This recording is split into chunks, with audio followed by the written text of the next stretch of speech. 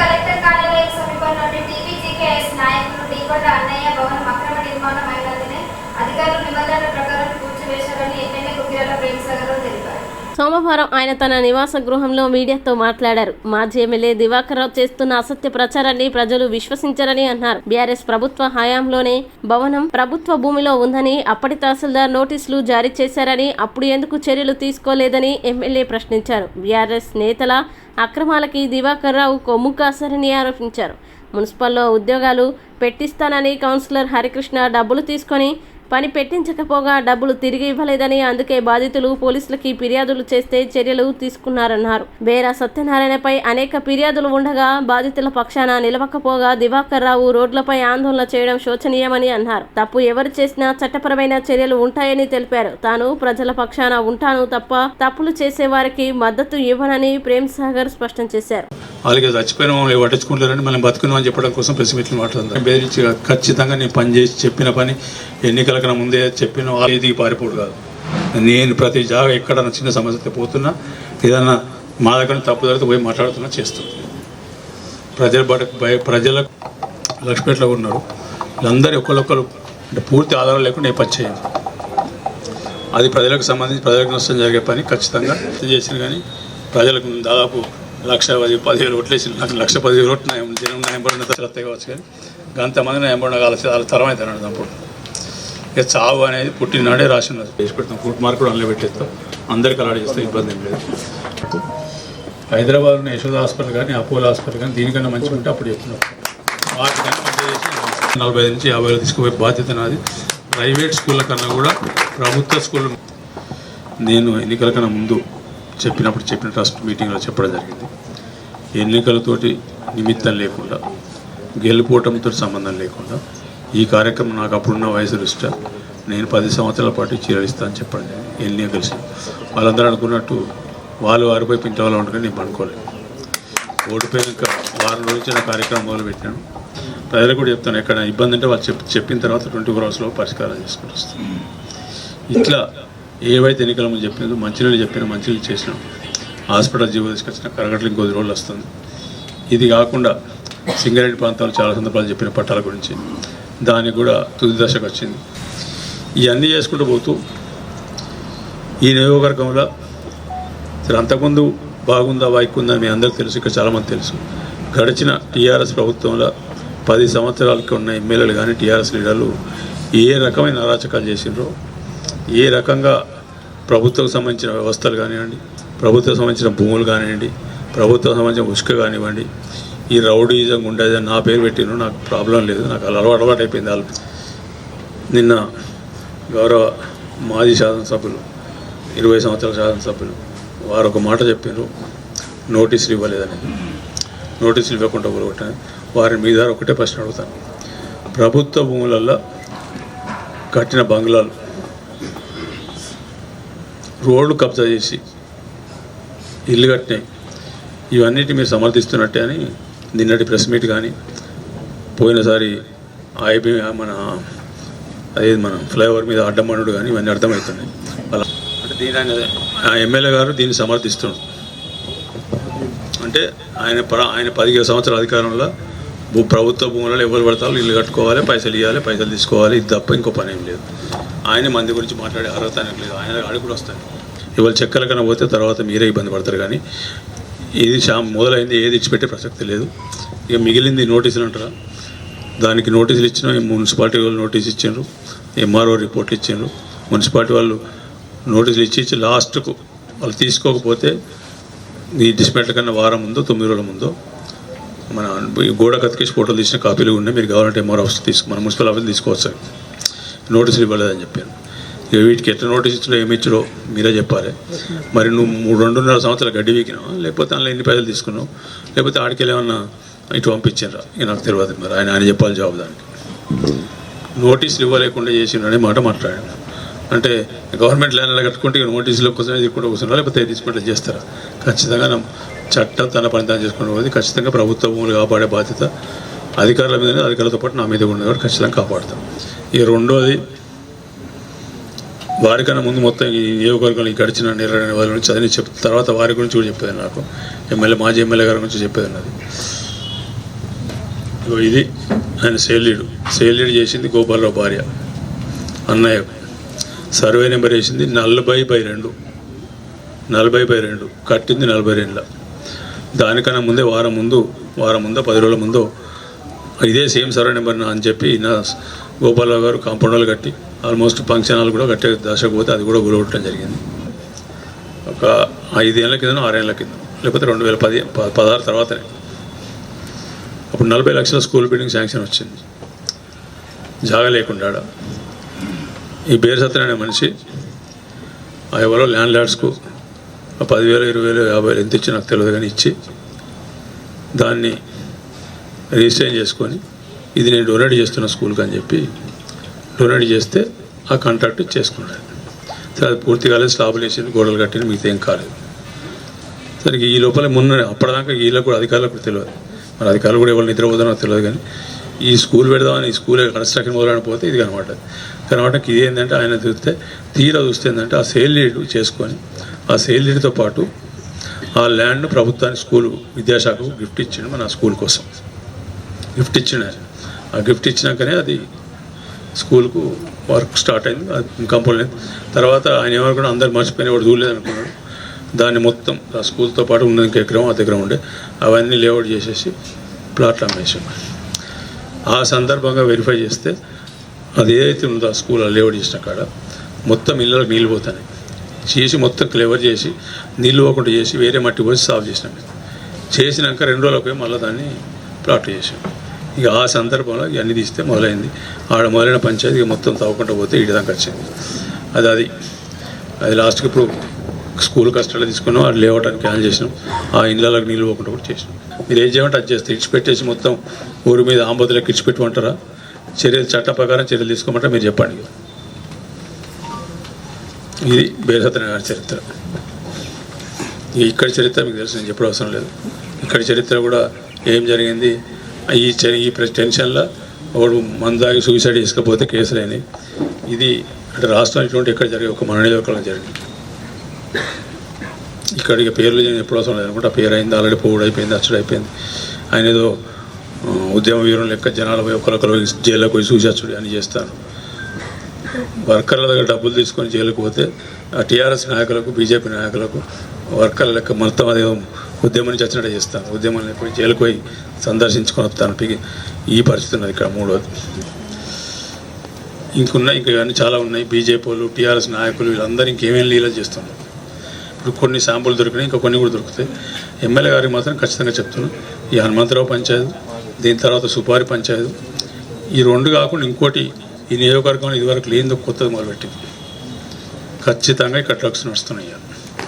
Drugs నడితే మీ అందరూ తెలిసి ఇక్కడ ఉన్న మా వాళ్ళందరూ ఇవనంటే పట్ట గ్రామీణ ప్రాంతం దాకా పోయినవి. దానికి పునాది ఎక్కడ పడ్డది, నీ కొడుకు తెచ్చిండా, నీ కొడుకు ఎవరి దగ్గరికి వెళ్ళి తెచ్చిండు, కొన్ని తెలుసు నాకు. నేను ప్రతిదీ ఆధారంతో సహా బయట పెట్టే టైం వచ్చింది. ఇక్కడ రూల్ లేదు. కొడుకు తెలుసు, కొడుకు ద్వారా రాకెట్ ద్వారా 10 మంది పొరగాళ్ళకు పెట్టి నువ్వు ఎట్లా పంచిచ్చినావు, ఎట్లా పంపించినావు అన్నీ తెలుసు నాకు. కాబట్టి ప్రతిదీ ఆధారం కోసం చూస్తున్న ఆధారాలు దొరుకుతాయి. ఇంకొన్ని 2 నెలలు పడుతుంది. ఖచ్చితంగా ఈ నియోజకవర్గంలో డ్రగ్స్ కానీ ఈవెన్ బ్రాండ్ విస్కీ కానీ టైం దాటి ఎవరైనా పిల్లలు లాగిన్ చేసినా కూడా కఠినమైన చర్యలు ఉంటాయి. ఇప్పుడు వీళ్ళందరినీ సమర్థిస్తున్న మాజీ ఎమ్మెల్యే గారికి ఒక 2-3 ప్రశ్నలు నేను అడుగుతాను. ఇప్పుడు వీళ్ళందరినీ మీరు సమర్థిస్తున్నారు కదా, ఇప్పుడు వీళ్ళందరూ నీ దగ్గర పనిచేశారు. అరణ్యాకు 2018 ఎన్నికల వరకు నీ దగ్గరనే పనిచేశాడు. మొన్న 2019లో కూడా 2023లో కూడా కొన్ని టీఆర్ఎస్ కొన్ని బీజేపీ ఓట్లించినాయి. మిగతా అందరూ పనిచేసారు. ఇప్పుడు చెప్పిన పేర్లు అన్నయ్య కానీ బేరసత్యనారాయణ కానీ ముత్సత్య కానీ అందరూ నీకే పనిచేసి, ఇక్కడ వాళ్ళు కూడా నీకే పనిచేశాను. మరి నువ్వు నన్ను రౌడీకుండా అన్నావు, నువ్వు చేసింది ఏంటిది ఒక్కసారి అడుగుతాను చెప్పండి. వీళ్ళందరూ నీ వాళ్ళని మన ఇది బేరసత్యనారాయణ నాడు రోడ్డు మీద పడ్డవటం, ఫ్లేవర్ మీద అడ్డం పన్నావు, అయ్య కొడుకులు ఇద్దరు. మొన్న ప్రెస్ మీట్ పెట్టాం, నోటీస్ ఇచ్చిన కాయిదాలని 2021 అయింది. దానికి మీరు జవాబు చెప్పండి. పెద్దలు మీరు బాగా 20 సంవత్సరాల ఎమ్మెల్యేగా 5 సంవత్సరాలు ఓడిపోయాక మాజీ ఎమ్మెల్యేగా 25 సంవత్సరాల అనుభవం ఉన్నది. ఇక మళ్ళీ మీకు కుర్చీకిచ్చి మర్చిపోండి. మేము కాకపోతే మీ మీద చాలా ఉన్నాయి చేయాలంటే, కానీ ఒక్కసారి చేస్తే ఇబ్బందిగా మెల్లమెల్లగా ఉన్నాయి. ఇక్కడ అన్నీ ఒకటి తర్వాత తను తీస్తున్నా తమరి మీద కూడా. ఇక మిగిలింది ఒక పక్క బీజేపీ వాళ్ళు, ఒక పక్క టీఆర్ఎస్. వీళ్ళందరూ ఇలా ప్రజలు అర్థం చేసుకోవాలి. ఇవాళ వీళ్ళు చేసిన పనులకు ప్రజలు సమర్థిస్తే చెప్పండి, నేను అన్నీ సపరేట్గా మూసుకొని కూర్చుంటా. లేదు మీకు న్యాయం కావాలంటే తప్పు, నేను చేసేది తప్పారట చెప్పండి. ఖచ్చితంగా ఇట్లా చాలామంది ఎవరు విడిచిపెట్టలేదు. ఒక్క బాధ తీయకుండా నష్టం జరగకుండా చేసి ఇవాళ చెప్తాను. ఈ సమావేశంలో మీకు ధైర్యంగా చెప్తున్నా, ఎవరెవరికి ఈ చెప్పిన నాయకులు, ఇంకా వేరే టీఆర్ఎస్ నాయకులు, బీజేపీ నాయకులు ఎవరన్నా మీ భూములు అక్రమంగా కబ్జా చేస్తే ధైర్యంగా పోనీ, మీ భూములకి ఏదైనా ఉంటే నేనున్నా, ఏదంటే నాకు ఫోన్ చేయండి. మీకు అన్ని రకాల వ్యవస్థ, పోలీస్ సపోర్ట్ చేస్తారు, రెవెన్యూలు సపోర్ట్ చేస్తారు. మీ భూములు మీరు చేసుకోండి. దౌర్జన్యంగా తీసుకున్నాయి, దొంగ కాయలు చూసినాయి, మీ భూములలో మీరు వెళ్ళిపోండి. నేను లాభే ప్రసక్తులు దేంతో దూరం నేను వస్తా చేస్తాను. పార్టీలకు అతీతంగా మహిళలకు బతుకమ్మ కానుకగా చీరలు అందించడం జరుగుతుందని మంచిర్యాల డీసీసీ అధ్యక్షురాలు సురేఖ పేర్కొన్నారు. సోమవారం నస్పూర్ మున్సిపాలిటీ పరిధిలోని 8, 10, 11, 12, 13, 20, 23 నస్పూర్ ఏరియా వార్డుల మహిళలకి సిసిసి కార్నర్ వద్ద కొక్కిరాల రఘుపతిరావు చారిటబుల్ ట్రస్ట్ ద్వారా ప్రేమ్ సాగర్ రావు ఆధ్వర్యంలో డీసీసీ అధ్యక్షురాలు కొక్కిరాల సురేఖ మహిళలకి చీరలు పంపిణీ చేశారు. ఈ సందర్భంగా నస్పూరు పట్టణ అధ్యక్షుడు బండారి సుధాకర్, నస్పూరు మున్సిపల్ చైర్మన్ శర్మిల వేణుల ఆధ్వర్యంలో వార్డుల వారీగా చీరలు అందించారు. ఈ సందర్భంగా ఎమ్మెల్యే మాట్లాడుతూ గత 7 సంవత్సరాలుగా దసరా పండుగ సందర్భంగా మహిళలకు చీరలు అందించడం జరుగుతుందన్నారు. పండుగ సందర్భంగా మహిళలకి చీరలు అందించడం జరుగుతుందన్నారు. 10 సంవత్సరాలు మహిళలకు చీరలు అందిస్తామని చెప్పిన విధంగా ఇస్తామన్నారు. నస్పూరు మున్సిపాలిటీలో ప్రతి ఇంటికి నీరు సరఫరా చేస్తున్నామన్నారు. నస్పూరు అభివృద్ధికి కృషి చేస్తారని చెప్పారు. తనపై నమ్మకం ఉంచారని అభివృద్ధి చేస్తానని చెప్పారు. ఈ కార్యక్రమంలో నస్పూరు వైస్ చైర్మన్ గెల్లు రజిత, కౌన్సిలర్లు బండి పద్మ, శ్రీపతి సమతి, బోయ మల్లయ్య, తోట శ్రీనివాస్, ప్రకాష్ రెడ్డి, పూదరి కుమార్, బొద్దున సంధ్యారాణి, కనాసర్, మహిళా జిల్లా అధ్యక్షురాలు Hemalatha, single window director Dharni Madhukar, Sujatha, జిల్లా యూత్ అధ్యక్షుడు సంపత్ రెడ్డి, పట్టణ అధ్యక్షుడు నరిగే నరేష్, యశోద, నాయకులు భీమిని రాజేష్, వనపర్తి రాజేష్, ధర్ని మల్లేష్ తదితరులు పాల్గొన్నారు.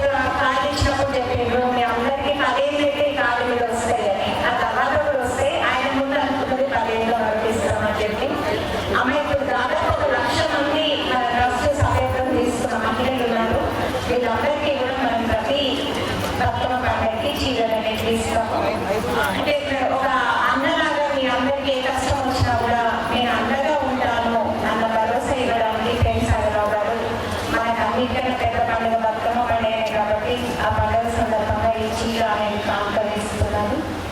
అమ్మ పోయిన ఎలక్షన్లో ప్రేమ్ సాగర్ రావు గారిని 66,000 పైచిక్కు మెజారిటీ వస్తే మన నస్పూర్లోనే 21,000 పైన వచ్చినాయి. మెజారిటీ ఇచ్చింది మీరు ముందుగా మీ అందరికీ నేను తెలియజేస్తున్నాను. అలాగే మీరు ఏ నమ్మకంతో ఏ అభిమానంతో ప్రేమ్ సాగర్ రావు గారు కోటేశ్వరంలో ఆ నమ్మకాన్ని నిలబెట్టుకునే విధంగా నేను మీకోసం పనిచేస్తామని చెప్పేసి నేను ఈ సందర్భంగా తెలియజేస్తున్నాను.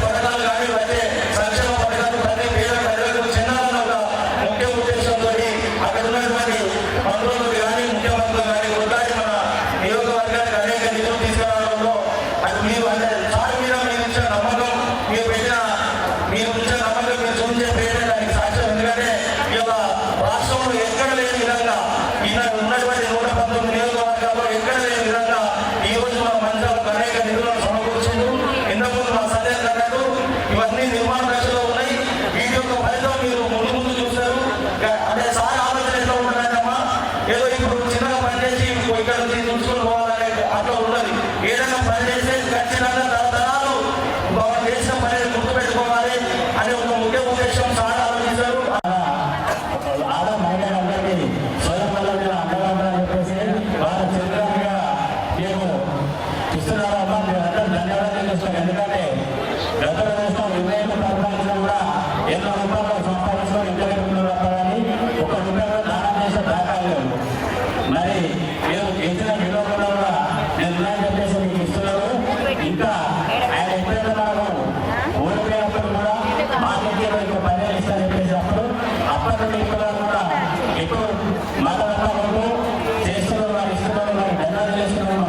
తరఫు నుంచి, అదేవిధంగా డిసెంబర్ నుంచి ఎక్కడ తెలంగాణ రాష్ట్రంలో కూడా ఎక్కడ లేని విధంగా ఏదైతే అభివృద్ధి చేస్తున్నారో మీకు ఏదైతే మాట ఇచ్చిన రిలేషన్లు అన్ని విధాలు చెప్పేసి తెలియజేసుకుంటున్నాను. మంచిర్యాల జిల్లా చెన్నూరు పట్టణంలోని కుమ్మరికుంట చెరువు అక్రమాల అడ్డుకట్టకు ఇరిగేషన్ శాఖ అధికారులు సన్నద్ధమయ్యారు. చికన్తో పాటు FTL బఫర్ జోన్లలో అక్రమ నిర్మాణాలపై కొరడా జులిపించేందుకు రంగం సిద్ధం చేశారు. 971 సర్వే నెంబర్లోని 16.24 ఎకరాల విస్తీర్ణం గల కుమ్మరికుంట చెరువు హద్దుల నిర్ణయంపై రెవెన్యూ, ఇరిగేషన్ అధికారులు జాయింట్ సర్వే నిర్వహించారు. ఇప్పటికే 17 మంది నివాస గృహాలకు ఇరిగేషన్ శాఖ నోటీసులు జారీ చేశారు. 2 రోజుల్లో సర్వే పూర్తి చేసి తదుపరి కార్యాచరణ వెల్లడిస్తామని ఇరిగేషన్ అధికారులు వెల్లడించారు. పక్షం రోజుల తర్వాత ఉన్నతాధికారుల అనుమతితో వివాదాస్పదంగా మారిన శనిగకుంటతో పాటు గాలికుంట చెరువు హద్దుల సర్వే చేపడతామని అధికారులు వెల్లడించారు.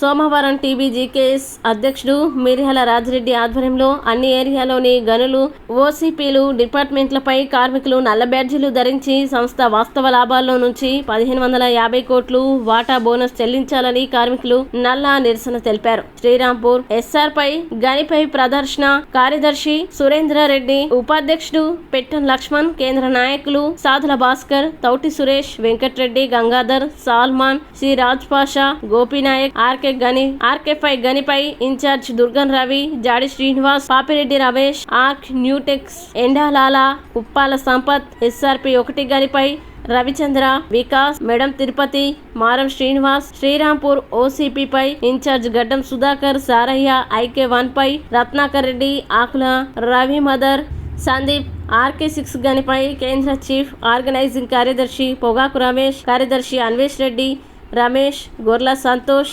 RK7 గనిపై ఇన్ఛార్జ్ రాజు నాయక్, బిర్దు శ్రీనివాసులు కార్మికులు నల్ల బ్యాడ్జీలు ధరించి ఆందోళన చేశారు. ఈ సందర్భంగా రాష్ట్ర ప్రధాన కార్యదర్శి సురేంద్రరెడ్డి మాట్లాడుతూ 2023-24 సంవత్సరానికి వచ్చిన 4701 కోట్ల నుంచి 33% చెల్లించాలని డిమాండ్ చేశారు. సీఎం రేవంత్ రెడ్డి నికర లాభాలు 4701 కోట్లు ప్రకటించి కార్మికులకి మాత్రం వాటా తక్కువ చేసి చూపి కేవలం 16.9% 796 కోట్లు మాత్రమే ఇవ్వడాన్ని తీవ్రంగా వ్యతిరేకిస్తున్నామన్నారు.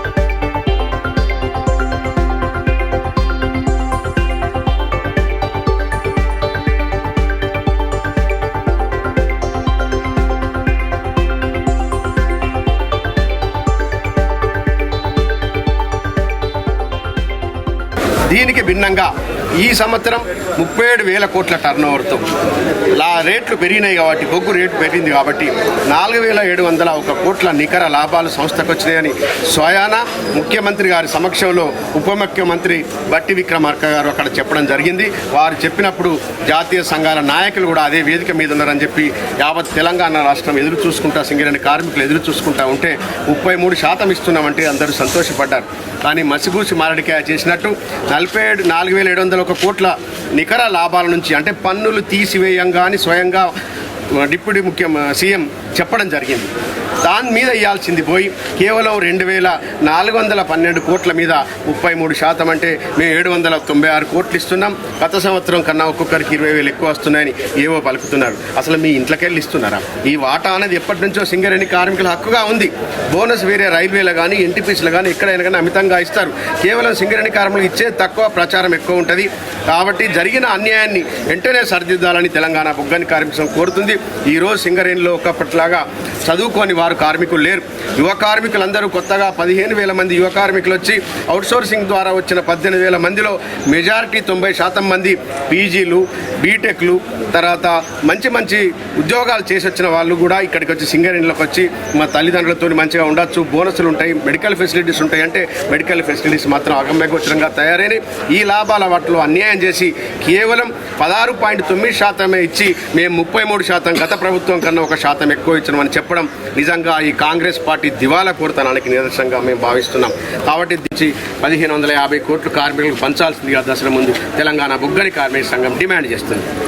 తెలంగాణ బొగ్గని కార్మిక సంఘం రాష్ట్ర అధ్యక్షులు గౌరవనీయులు మిర్యాల రాజిరెడ్డి గారి పిలుపు మేరకు సింగరేణి ఉద్యోగులకు మేనేజ్మెంట్ ఏదైతే లాభాల వాటా 4,700 కోట్ల నుంచి రావాల్సిన 33% వాటాను 1,550 కోట్లు ఇవ్వకుండా 793 కోట్లకే పరిమితం చేసి మిగతా అమౌంట్ను సంక్షేమ కార్యక్రమాలకు, భవిష్యత్ ప్రణాళిక కొరకు ఉంచడం జరుగుతుందని కాంగ్రెస్ గవర్నమెంట్ తెలియజేయడం జరిగింది. ఇది సరైన విధానం కాదు. ఇదివరకున్న గవర్నమెంట్ కానీ యూనియన్స్ కానీ మేనేజ్మెంట్తో మాట్లాడి సరైన విధానంలో నికర లాభాల మీద 32% వరకు అంతకుముందు సంవత్సరం కూడా ఇవ్వడం జరిగింది. మరి ఆ విధంగా ఇవ్వకుండా ఇవాళ సంక్షేమ కార్యక్రమాన్ని అమౌంట్ పక్కకు పెట్టి ఇంత తగ్గించడం వల్ల కార్మికులకు దాదాపు 3,80,000 నుంచి 4 లక్షల వరకు వచ్చే అమౌంట్ ఇలా 1,70,000 నుంచి 1,90,000 వరకు యావరేజ్గా తగ్గిపోవడం జరుగుతున్నది. అంతేకాకుండా ఇలా ఆర్థికంగా హాస్పిటల్లో ఇవాళ ఎంత జరగాల్సిన ఇటువంటి పరిస్థితుల్లో ఇవాళ ప్రతి కుటుంబంలో అనారోగ్యంగా ఎన్నో ఒడిదుడుకులతో ప్రైవేట్ హాస్పిటల్కి వెళ్ళాల్సిన పరిస్థితి ఏర్పడుతుంది. ఎందుకు అంటే కంపెనీ హాస్పిటల్లో ఎటువంటి పరిస్థితులు కూడా ఘోరంగా దీన పరిస్థితులు ఉన్నాయి. మెడిసిన్స్ లేవు, డాక్టర్స్ లేరు, బెడ్స్ లేవు. ఇది చాలా ఇబ్బందికరమైన పరిస్థితి ఉన్నది. ఇలా బయటకు వెళ్ళడం వల్ల ప్రతి కార్మికుడికి కార్మికుడి కుటుంబ సభ్యునికి ఇబ్బంది ఏర్పడుతుంది. ఎక్కడ చూసినా చికెన్ గునియా, తర్వాత ఈ మలేరియా, ఇన్ని రకాల హాస్పిటల్స్ ప్రాబ్లమ్స్ రావడం వల్ల వాళ్ళని పట్టించుకోకుండా ఇవాళ ఈ వచ్చే లాభాలను కూడా మళ్ళీ మిస్గైడ్ చేసి పంపడం వల్ల చాలా నష్టం జరుగుతుంది. మరి ఇవన్నీ చేసే బదులు ఈ అమౌంట్ని ఏం చేస్తున్నారు? కార్పొరేట్ హాస్పిటల్ కట్టిస్తారా? మరి ఏం చేస్తున్నారు అనేది ఒకటి విద్యా సంస్థలు చేస్తున్నారా? ఏ విధంగా వీరు ఈ డబ్బులు ఖర్చు చేస్తారనే క్లారిటీ కూడా ఇవ్వకుండా చేయడం జరుగుతున్నది. మంచిర్యాల జిల్లా లక్ష్మీపేట విశ్రాంతి గృహ ఆవరణలో ఆదివారం ఏర్పాటు చేసిన విలేకరుల సమావేశం నిర్వహించారు. ఈ సందర్భంగా రేషన్ డీలర్ సంఘం జిల్లా అధ్యక్షులు మోటపల్కుల సత్తయ్య, జిల్లా వైస్ ప్రెసిడెంట్ రామాంజనేయులు మాట్లాడుతూ ఈ నెల 24వ తేదీన హైదరాబాద్ లో నిర్వహించే భారీ బహిరంగ సభని విజయవంతం చేయాలని ఆయన కోరారు. జిల్లాలో 423 మంది రేషన్ డీలర్లకి 18 మండలాల జిల్లా అధ్యక్షులు హైదరాబాద్ కు తరలి వెళ్లి కాంగ్రెస్ పార్టీ గత ఎన్నికల్లో మేనిఫెస్టోలో పెట్టిన డీలర్లకి 5,000 గౌరవ వేతనం పెంచాలని, 300 రూపాయల కమిషన్ ని ప్రభుత్వం వెంటనే ప్రకటించాలని డిమాండ్ చేశారు. ఈ కార్యక్రమంలో రేషన్ డీలర్ సంఘం మండల ప్రధాన కార్యదర్శి గుండారాజన్న, మండల రేషన్ డీలర్లు మదన్ శెట్టి శ్రీనివాస్, మంచాల రామస్వామి, గంగారాజం తదితరులు పాల్గొన్నారు. ఎమ్మెల్యేలు పెద్ద మొత్తంలో అధిక సంఖ్యలో పాల్గొంటున్నారు కనుక మన మంచిర్యాల జిల్లా నుండి అందరం కలిసికట్టుగా వెళ్ళి బహిరంగ సభను విజయవంతం చేయాలని మేము కోరుకుంటున్నాం. ఈ నెల 24 తారీఖు మరి హైదరాబాద్లో చెలో హైదరాబాద్ అని కార్యక్రమాన్ని నిర్వహించడం జరుగుతుంది. రేషన్ డీలర్ల సమస్యలపై మరి హైదరాబాద్లో 24 తారీఖు నాడు భారీ బహిరంగ సభ నిర్వహించడం జరుగుతున్నది. మరి ఈ కార్యక్రమానికి రాష్ట్రం నుంచి ముఖ్య అతిథిగా civil supply minister Uttam Kumar Reddy గారు కూడా పాల్గొనడం జరుగుతుంది. మరి ఈ యొక్క రేషన్ డీలర్ల వ్యవస్థలో మరి 20 సంవత్సరాల నుంచి మరి ఎలాంటి కమిషన్ పెంచడం లేదు. మరి కమిషన్ పెంచాలనే ఉద్దేశంతో మన రాష్ట్ర నాయకుడు మా నాయకుడి గారు మరి పిలుపు ఇవ్వడం జరిగింది. మరి ఈరోజు ఉన్నటువంటి కాంగ్రెస్ ప్రభుత్వం మరి రేషన్ డీలర్ల సమస్యల కొరకు మరి 5,000 గౌరవ వేతనం ఇస్తా అని, మరి 300 రూపాయలు కమిషన్ పెంచుతా అని మరి మేనిఫెస్టోలో పొందుపరిచి మరి ఎన్నికలకు బయలుదేరడం జరిగింది. మరి ఆ ప్రభుత్వం అధికారంలోకి వచ్చింది కాబట్టి మా సమస్యలు పరిష్కారం చేయాలని ప్రభుత్వాన్ని విన్నవించుకుంటున్నాం.